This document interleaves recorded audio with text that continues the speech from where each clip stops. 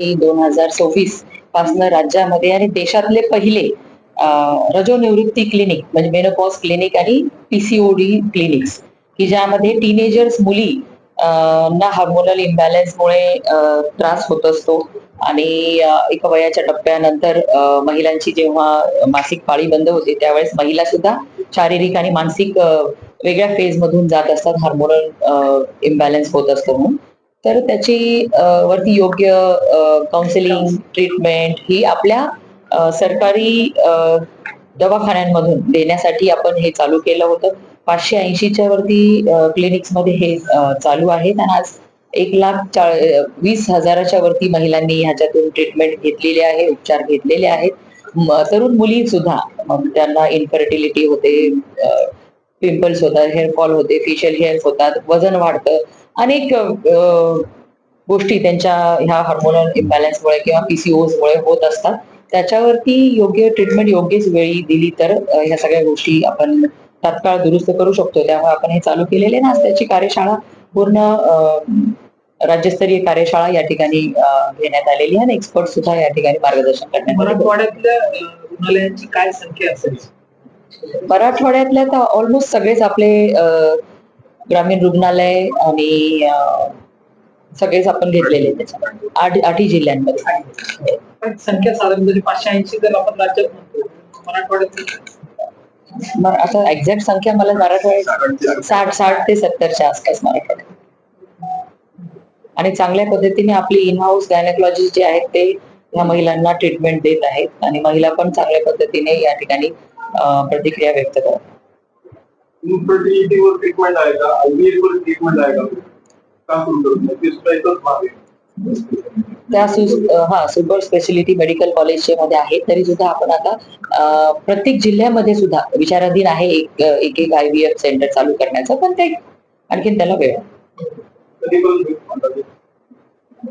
नाही. बघा आता शहरांमध्ये आता समजा संभाजीनगर आहे, इथे आहे तसे मेडिकल कॉलेजेस काही मोठ्या मेडिकल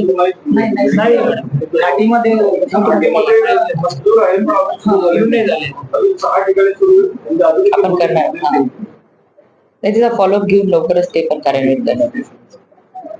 मेडिकल कॉलेजेस मध्ये आपण ते करणार आहोत आणि मेडिकल एज्युकेशन हे माझ्या खात्याकडे येत नाही. ते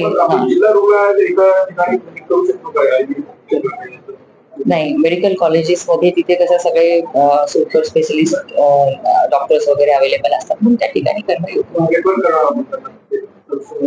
हो, आणि आता बघा जिल्ह्यात प्रत्येक जिल्ह्यामध्ये आज गव्हर्नमेंट मेडिकल कॉलेज झालेलेच आहे. त्यामुळे टप्प्याटप्प्याने ह्या सगळं जे गरजेचं आहे ते आपण चालू करणार भर देणार.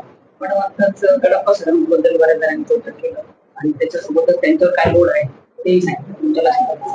आपल्याकडं जे महिला रुग्णालय सुरू होतं, आंबेडकर सरांनी 2 महिने प्लॅन केली, त्यांनी 2 महिने डेडलाईन दिली, पण ते अजूनपर्यंत नेमकं कधीपर्यंत सुरू होतं? काय पोझिशन काय? मी आता सध्या त्याची माहिती घेतलेली नाही.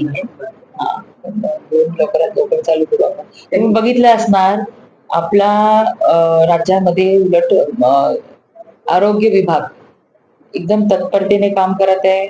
आपल्या सगळ्या योजनेचा लाभ आपण रुग्णांना देत आहोत आणि आरोग्यासाठी ह्या राज्यामध्ये राहणाऱ्या कुठल्याही कुटुंबाला खर्च होऊ नये अशा पद्धतीची यंत्रणा आपण या ठिकाणी उभी करण्याचा प्रयत्न करतो. रुग्णालयांमध्ये अवयवदान व्हावं असं बऱ्याच वर्षांपूर्वी म्हटलं होतं, नाही तर काही आहे का प्रयत्न? नाही बघा, अवयवदानाचं पण तेवढं स्पेशलिस्ट लोक असले पाहिजे आणि ती सगळी सुविधा त्या ठिकाणी असली पाहिजे. ती सगळी तयार झाल्यानंतर ते सगळं कार्यान्वित होईल. बरेच स्पेशलिस्ट पण नाही जिल्हा रुग्णालयात आणि नाही, त्याला बरेच नॉर्म्स आहेत, त्याचा मिसयूज पण नाही झाला पाहिजे. या सगळ्या गोष्टी बघणं गरजेचं आहे. अवयवदाना संदर्भातच नाही पण इतर आजारांसंदर्भात पण आधुनिक सुविधा सुद्धा नाहीये,